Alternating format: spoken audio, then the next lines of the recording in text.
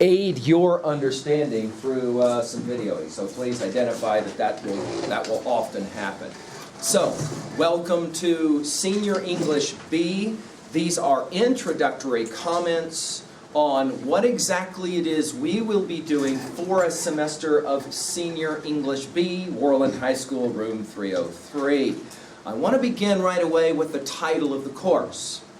Why not Senior English A? Because it seems to me that Senior English A should be first studied and then Senior English B, and you would normally be correct. For example, in the second semester, we will study Senior English A. So why are we doing Senior English B and then Senior English A? See, this is a question that maybe one or two of you have not really considered. And the answer is, we decided that we would put our course offerings opposite. So if a student in Senior English A suffered and struggled to pass in the first semester, that student could still take Senior English A in the second semester and then potentially graduate in May. Which meant that a single offering of Senior English had to reverse its order, and that became this offering. We begin then with Senior English B. But what exactly does that mean? That's a good question. Let's go to the table of contents of your hymnal. If you look at the table of contents, and did I say this right? Roman numeral 10, did I say that right? Someone will correct me if I'm wrong there. Did I say that right? Roman numeral, what is it? Roman numeral 10, yes? Okay. If you will look at Roman numeral 10 and following, you will identify that your hymnal at the senior year looks something like your junior anthology in that it is divided up into units. Do you see that? Do you identify the ways in which those units are chronological? Now, I'm assuming that you have some notes in front of you, and I want to very quickly go to this construction of what we call the timeline. We draw a line on our page. We identify this as the Western timeline. By Western, I don't mean Louis L'Amour cowboy Western. I mean Europe and everything west. We designate an arbitrary 0 point in the Western timeline. We qualify this as the birth of Jesus Christ. You got it. We talk about the birth of Christ. Then we talk about 100-year segments that go both backwards and forwards. Before the Common Era, BCE, and of course, Common Era, sometimes referred to as AD, right? So for example, we sit out here in the year 2012. What century 2012? We are in the 21st century, and for your notes, please, I'm assuming you're writing this down. For your notes, identify that the way you write this is the number 21 with an ST and then a large C around it, and that designates the 21st century. So, on this timeline, Mr. Judice, we're capable of putting any number of events, right? And we can then kind of characterize those events. We can play games. So, for example, Columbus sails the ocean blue, we're told in, do you remember it? When was it? 1492, right? 8 years away from 1500, correct? What century 1500? Don't say it, write it. What century 1500? Now, some of us will look at the board and do a simple comparison. Wait a minute. If I'm in 2012 right now, and I'm in the 21st century, then what I'm going to do if I'm in 1500 is I'm simply going to, see how we're in 20, and then we're going to go up to 21 for the century, correct? But, so if I'm in 1500, I'm in what century? 16th. I'm in the 16th century, aren't I, right? Okay, I'm in the 16th century. Well, now wait a minute. I don't understand. If it's 1500, why can't it just be the 15th century, and that makes it a lot easier? Why, if it's 1500, does it have to be called the 16th century? Of course, the quick answer is the way we number. Starting at 0, this first 100 years after the birth of Christ, 99, 90, 98, 99, 100, this becomes the first century, correct?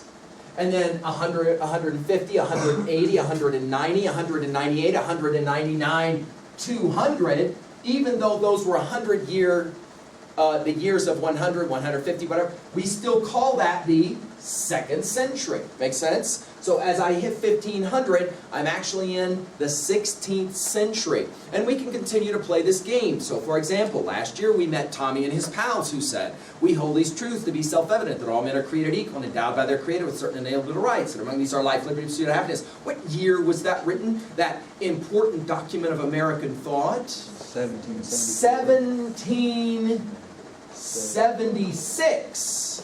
Which qualifies it as what century? Don't say it, write it. Which qualifies it as what century? What are we saying now, out loud? 1776 makes it what century? The 18th century. Very good, right? Now, we can play this game going backwards as well. So, for example, we'll comment on a date, 399 BCE. Does anyone know what that date will be important for us on our Western timeline? This will be the death of Socrates. Okay? We'll roughly run 200 as the date on your timeline for the rise of Rome. You'll remember in your sophomore year when we studied Shakespeare's ditty about the Ides of March and getting jacked by your best friend after you took a little walk. What play am I referencing? Shakespeare's Julius Caesar. Caesar himself really physically did get jacked on the Ides of March, but what year? Does anyone recall? 44 years before the birth of Christ, Caesar takes his final walk, okay? So we kind of can begin to place dates. So for example, we will say 410, very important date for us. This is the fall of Rome, okay? Now, enough with the introductions on the timeline. By the way, easily, and the reason we call it a Western timeline is easily, I could draw another line under here. That could be all of the events of these different years, but from an African perspective. I could draw another timeline. All of these events, but from a Chinese perspective. I could draw another line. All of these events from any number of cultures of Central America, and on we could go. In our course of study, we will focus primarily on the Western timeline, because that's our cultural derivation. We're not simply arguing it's the best. We're arguing it's ours, and therefore we should have some familiarity with it. Having said that now, we're ready to turn back to the table of contents, and more particularly to the way your hymnal is constructed. Your textbook will display, showcase the writers of England, the British English literary experience. Now, why should we care about what England did? Why in an American high school would we spend our senior year studying English authors? Well, now wait a minute. In our junior year, we studied American authors. You'll remember that was that yellow anthology we studied from last year, and they were all American authors. Now, but why English authors? I mean, why not spend our year studying what I would love to study, Russian authors, or, for example, Japanese authors? I mean, why English authors for a senior year? And by the way, we're not unusual. All over America, right now in the fall, high school seniors are studying English authors. But why, Mr. Nelson? I don't understand. Because it's our history. It is. The American experience, as we talked about it last year as juniors, is derived from those English men and women traveling to the eastern seaboard that will later be called the United States. And to that degree, if we really want to kind of appreciate our own American thought, we look backwards to English thought and to the influences of English literature. Having said that, we now are ready to look at your table of contents and to identify that your hymnal will set up your chapter units chronologically related to our timeline. In other words, they will begin with the earliest writers that we will call English, and then move down the timeline. Do you got me? So for example, you should right now just jot down on your timeline, Unit 1, and then you see some dates there, starting at Roman numeral 10. Do you see it? We're going to begin with a period that we call the Anglo-Saxon period, and roughly about 1000, we're going to begin with a text that we'll call Beowulf. if we study American or British literature in chronological form, we'll begin with a classic epic poem called Beowulf. If you have any of your pals who, for example, right now are studying in Senior English A, they've probably already mentioned the cat Beowulf, the first superhero of the English literary tradition, okay? Now, obviously, there were superheroes before Beowulf. Look at the timeline, right? So, for example, Homer's Iliad and Odyssey tells about superheroes as well that come back somewhere around the 7th century BCE, okay? So we got heroes that go all the way back to the epoch that we'll call the Greco-Roman period. But if you're studying English history, you start at roughly 1000. And then we kind of count up. Notice your next unit, roughly 1300, and we'll do Chaucer. We keep going then. Ultimately, we will hit the English Renaissance of 1600. That's a really important date. You might want to circle that date on your timeline because that's a working date for us. By the way, I like round figures. Instead of 1492, I like 1500 because it's just a little easier to remember. 1600, roughly, as you can see, 100 years after Columbus decides to take his little journey, right? 1600, we call this the time of the English Renaissance. The Renaissance, another word for that one is rebirth or rediscovery. Shakespeare writes, we believe, and publishes his greatest play, Hamlet, on the stage in England, 1600. It's a great working date. Notice the distance from 1600 in Hamlet to Tommy and his pals writing We Hold These Truths to Be Self-Evident, 1776. You can kind of see, 175 years later, America's going to form its union for the very first time in terms of language. See, you kind of got the distance there. The date we will, however, focus on now is 200 years later at 1800, and we will meet unit number 4. Do you see it on your textbook, in your table of contents? Notice how I'm giving you a context here. Do you got me? Unit 4, the age of Romanticism. Did I say this right? The age of Romanticism and roughly 1800, right? Following 1800, we'll jump into 1880s and the next unit, and then we'll finish with our moderns, the 20th century, the century that you were born in. Let me say it now on your timeline this way. We divide the hymnal up at the 3rd, 4th unit. In other words, I can do it this way now and draw this line like this. At 1800, everything after 1800 we'll call Senior English B. Everything prior we'll call Senior English A. Does that make sense, Mr. Harder, how I said it? So in other words, in Senior English A, we work with units 1, 2, and 3. In Senior English B, we work with units 4, 5, and 6. Make sense? So we began right in the middle of the hymnal with Senior English B, and the period that we will call the Age of Romanticism. Well, now wait a minute. Do some quick mathematics. If we're beginning at 1800, and I told you that English literary history dates from 1000 Common Era with Beowulf, then how much history are we already missing to jump to 1800? How many years of history are we talking about? Right, 800 years. Can you understand why my English pals laugh at Americans who talk about America being the greatest civilization in the history of the world? My English pals say, wait a minute, by Shakespeare, 1600, by Shakespeare, England already had 600 years of history. Remember, 1000 is Beowulf. By Shakespeare, we already had 600 years. Guys, I put this up here for a reason, 1776. That's the beginning of your culture. My English pals say, wait a minute, you can't call yourself the greatest civilization in the world until you at least make 600 years. Which, by the way, if you do quick math, we're a little ways away from still.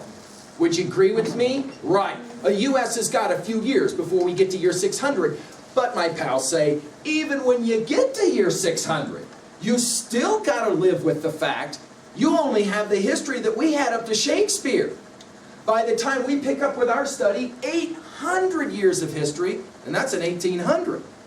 And guess what? You can still visit London today. England's still around. Oh, see, it gives us a nice little perspective, doesn't it, on culture. So we will begin with this period that we call the Romantics. One final comment, and this is a difficult one. Much of your textbook will assume a chronological, linear study of the book. So, for example, in Unit 4, they're constantly going to make references to Units 1, 2, and 3. The stuff they assume you've already read. Does that make sense? So, for example, they will make distinctions about the Romantic period, and they will compare it to a time period called Neoclassicism. Well, Neoclassicism is introduced in Unit 3. Well, if you haven't read Unit 3, and they start talking about Neoclassicism, you may struggle a little bit. Does that make sense? So that's the kind of downside of beginning in the middle of the book. The upside, and this is the one my students love in Senior English B, is that we're going to jump right into the great poetry and short readings of the English literary period, as opposed to having to sit and read long amounts of poetic lines from Beowulf or from Chaucer. We get to read little tiny poems of 5 lines, like, "My heart leaps up when I behold a rainbow in the sky." Do you got me? We will then come back, starting in January, to pick up with our study of Senior English A and, of course, Beowulf. Then we'll do our Chaucer, and then, of course, we'll get to our Shakespeare, and we'll actually finish with the neoclassical writers that I just referenced in brief. Does that make sense, how we're kind of setting this up? I need you to kind of understand a bit of this history, or it won't make a lot of sense to you that we're jumping right into the middle of English study. Got me? Now, with that in mind, let's turn to Unit 4. Let's go ahead and open to those introductory comments on this age that we will call the Age of Romanticism. Let's take out our annotations over the poems of Blake that you've already worked with. And if you haven't worked with those poems yet, at least take out a blank sheet of paper and let's get started on some annotative work. Annotations are the way we talk about reading notes in here. When you are working on a text, you are going to annotate that text. Okay? Now, what does that mean? Annotation simply means we are reading and taking notes. That's all it means. Reading and taking notes. Now, when we do this reading, we will be doing it on 3 levels. My assumption is that you've already been to LearnStrong.net, that you've already looked at page 2 of the Day 1 packet, and with those 2 ideas together, you have some sense of what we mean when we talk about reading at 3 different levels. See, we're not going to just pick up William Blake's little poem, Tiger, Tiger, Tiger, burning bright in the forest of the night. We're not going to just pick this text up and read it for simple entertainment purposes. In fact, we are seniors, and so we don't read to decide whether we like or dislike the readings. Way wrong answer. We were 7th graders a long time ago. We stopped worrying about liking or not liking texts a long time ago. You needn't say to me this year, "Mr. McGee, I really hated that poem." I really don't care. We're not here to like or dislike what it is we're looking at. Well, what are we doing here then? We are here to appreciate these texts. Well, what does that mean? Well, that means that we try to understand them in some level. I can appreciate something without liking it. Does that make sense? That's the project that we're engaged in. To help us appreciate these texts, we must read them. But we're not simply reading the words, we're trying to understand the words. And the footprint that we leave, we call annotations. It's our notes that we take. So we have a physical way we do these annotations. We have a blank sheet of paper. We draw a line down the page. Several of us have already gone to the LearnStrong.net site and printed the little guideline form if you want it. Mr. Durant, if you don't mind holding up one of those examples for us. Mr. Durant, that's the one right there in your hand. That's perfect. Go ahead and hold that up. Mr. Durant will show you that's what it looks like right there. Now that's a 2-page paper you can print right off of Learn Strong if you want to. Or you can just create on your own with paper of your own. You can create, thank you Mr. Durant, you can create this, this form for yourself. Now again, the first part of your annotation, Mr. McGee, am I doing it right? I can tell you within a tenth of a second in terms of form whether you're doing it right by looking for several things. One, and you can look at your own annotations right now to see, did I do this? One, do you have a login? Do you have a login information? That is to say, do you put the information, the title, whatever it is that you're working with, specifically do you have some way to know that these are notes that go with something from your textbook? Do you have the pages? Do you have the date that it is due? That kind of thing, all right? Then you need to have a numbering system. Down the left-hand side, 1, 2A, 2B, 3A, 3B. At level 1, we are doing nothing more than summarizing the text. We are bullet pointing. That's all that we're doing. Any time that I stipulate in the master schedule, as we say it, read these pages and bullet point, the only thing I mean is to work at level 1. In other words, you read and try and put into your own words the information that's there. A simple way to say this is, if you're reading stuff you already know, you needn't write it down. If you're reading stuff that's new information for you, write it down. Make sense? And you're just briefly summarizing. You don't have to write in full sentences, any of that. Level 1 answers a question of reading. Answers a question. What does this text say? Simple. It was a dumb poem about a tiger. It was a dumb poem about a stupid lamb. It was a dumb poem about a, you see what I'm saying, and on it goes, about a rose that thinks it's healthy when in fact it's sick, etc. Level 2 answers a different question. That question is, what does the text mean? Okay, it was a dumb poem about a rose that thinks it's healthy but in fact it's sick, but what does that mean? That's level 2. But we divide level 2 into 2 different subsidiary questions. At 2A, we simply ask messages, themes. And here you bullet point just 3. I think that what the point of this poem is, bam, bam, bam. Okay? You give it a shot. Do you got me? A suggestion. On the preparing to read page, go ahead and find that for the Blake readings. Someone give us a page number. 752. I'm sorry? 752. On the Blake page, for example, notice that there's some introductory comments. Do you see, for example, on the far right side of 753? Do you see there comments about Blake as visionary? Yeah, if you read these 2 pages, a lot of times you can get all of your theme messages stuff set up, okay? Because it's going to tell you Blake is important for these reasons, etc. Okay? At 2B, we are looking specifically at your hymnal. Notice on 753, up at the top, do you see where it says literary analysis symbolism? Does everyone see that? That's the work we do at 2B, okay? You simply write down the literary analysis topic, and then you try to find a way to relate it to the one text that you're working with for that annotation. So in other words, what is the symbolism that is at play in Sick Rose? And all you got to do is just jot down what you think's going on there. Got me? Okay. Now over the course of an entire year, at 2B, we will cover a lot of the literary techniques, we'll call them, okay? Sometimes we'll write about symbolism. Sometimes we'll write about metaphor, or simile, or personification, or on and on and on it goes. Plot summary, or plot hill, conflict, whatever, okay? Again, we call, and I need you to note this phrase, 2B we call the rhetorical level of reading. Rhetoric. R-H-E-T-O-R-I-C. Rhetoric. R-H-E-T-O-R-I-C, or the rhetorical level of reading. Not, Mr. Nelson, what an author says, but rather how the author says it. How the author says it, okay? So, for example, we'll notice the Lamb will sit in a collection of poems called Songs of Innocence. The tiger will sit in a collection of poems called Songs of Experience.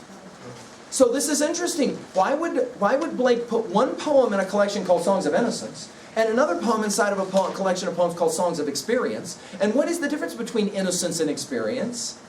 And how does a lamb reference and symbolize one, innocence, and a tiger symbolize the other, experience? Right? And what point is Blake really making? And how does it have anything to do with the tattoo on Mr. Keeley's arm? You see. We'll get to that in a while. Right? He has the yin-yang symbol of Taoism on his arm. See? Okay. Blake was a great fan of this symbol. Okay? So we'll ask this question. Finally, the third level of reading. If in the first level of reading we ask, what does the text say? And in the second level we ask, what does the text mean? In the third level of reading we ask, how does the text relate? It's at this point we emphasize what is most important for us, namely learning. If I can relate to the text in some way, I can call it my own. Then I can say I'm learning something. Okay? But here again at level 3, we divide our question up into two parts. At 3A we ask, how does this text relate to other texts I'm familiar with? Now we use this term text in a very inclusive way. We don't just mean stuff we've read, we also mean stuff we've listened to, stuff we've seen, our experiences playing video games, the music that we listen to, the TV shows we watch, the movies we watch. We call all of them texts, and are you ready for this? We consider them all of equal value. In our class together, Shakespeare's Hamlet is given equal precedence with the film Dumb and Dumber. Okay? Now for you purists in the house who want to argue that one, we can argue it in private. But for us, we give equal value to all of those texts. Okay? They all have equal value and meaning for us in terms of text. And then we ask, how do they relate? Suggestion though. Within your study of British literature, suggestion is, at 3A, always begin with the most recent texts you've just read. So for example, if you're looking at Sick Rose and you're needing some way to compare to other texts, then just backtrack to the 3 poems that you just worked with. Suggestion is, probably going to see some contiguity, some relationship. You'll probably, why? Because your anthology put them together with that in mind. Does that make sense? So for example, always be asking, how do the texts I just worked with relate to this text that I'm now working with? And again, all you got to do is bullet point the title and a brief line saying why they're similar. Simple. Finally, 3B. At 3B, this is the only time I expect you to write full sentences. You will work on the back normally of your paper, unless you're working with the form that you print off of LearnStrong, and then you just do it right there. You're writing 3 to 5 sentences where you try to respond personally to the text. Now, I will say to you as seniors, this will become for you the most important moment of your annotations. Whereas before, you were more focusing on just getting the other work done of the annotation, and you kind of often would skip this. As seniors, I'm really going to push you to try to find personal relationships to any of the texts that we're working with. It will help you remember the texts if you can have some personal connection with the text. You do not get to write at 3B, I do not relate to this text. Way wrong answer. We never get to say that one as our answer for 3B. We have to work to find some way to personally relate to the text. Okay? Now, at first that may be some work for us. Over time, my hope is that you'll begin to kind of figure out how to do that a little bit better. That's part of my job, is to help you do that. With that in mind, let's now turn to the notion of Romanticism. I'm now working in 1800. We talked about it on the whiteboard behind us. 1800 is this important moment in English history. It will become an important moment in the history of Western thought as well. What's going on in 1800 that's such a big dog deal? And what is this term, Romanticism?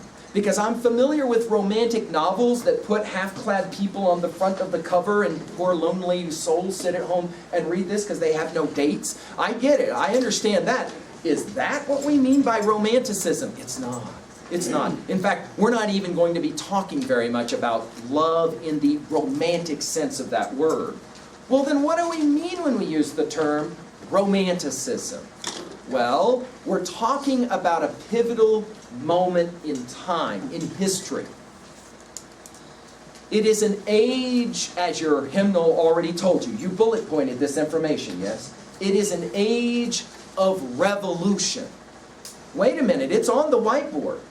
Tommy wrote those words, "We hold these truths to be self-evident, all men are created equal." Those words contained in a document called the Declaration of Independence. Wait a minute, independence from who?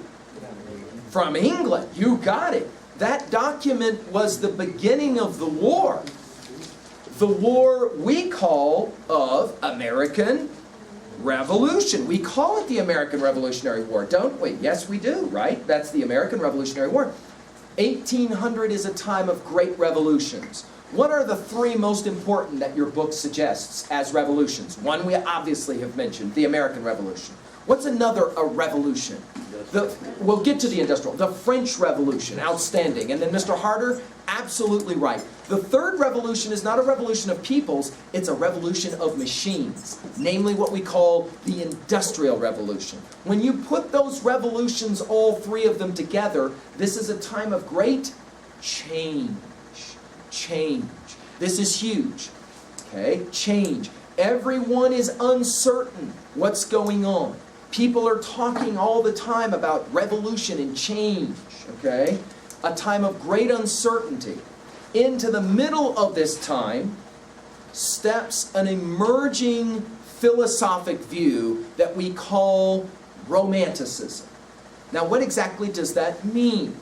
Well, it begins with a simple question that we will define on the whiteboard as the question of human nature. Okay? Human nature. And the way you want to do this is to write the word human nature, and then you want to draw a kind of T line down from it, okay? Human nature. All right? Now, what is this question even? How do I even understand a question like this? Well, the question works something like this. When you look at human beings, we all look different, we all act different. But when you look at a human's core, in our very core, I don't mean your physical core, I mean your spiritual core, your emotional core. When you look at a human being, what is that human being really like? And the answer to this question often has been divided into a certain kind of dualism or two. On the one hand, humans often have been thought of as inherently, by nature, evil, or bad, or fallen, or sinful, right? The picture here is that humans are kind of like this, right? I want what you got, you want what I got, I would steal what you had, you just have a 12 gauge to protect your stuff, but I better get a 12 gauge too because you want my, like this, right? The idea is humans are inherently nasty, brutish, evil.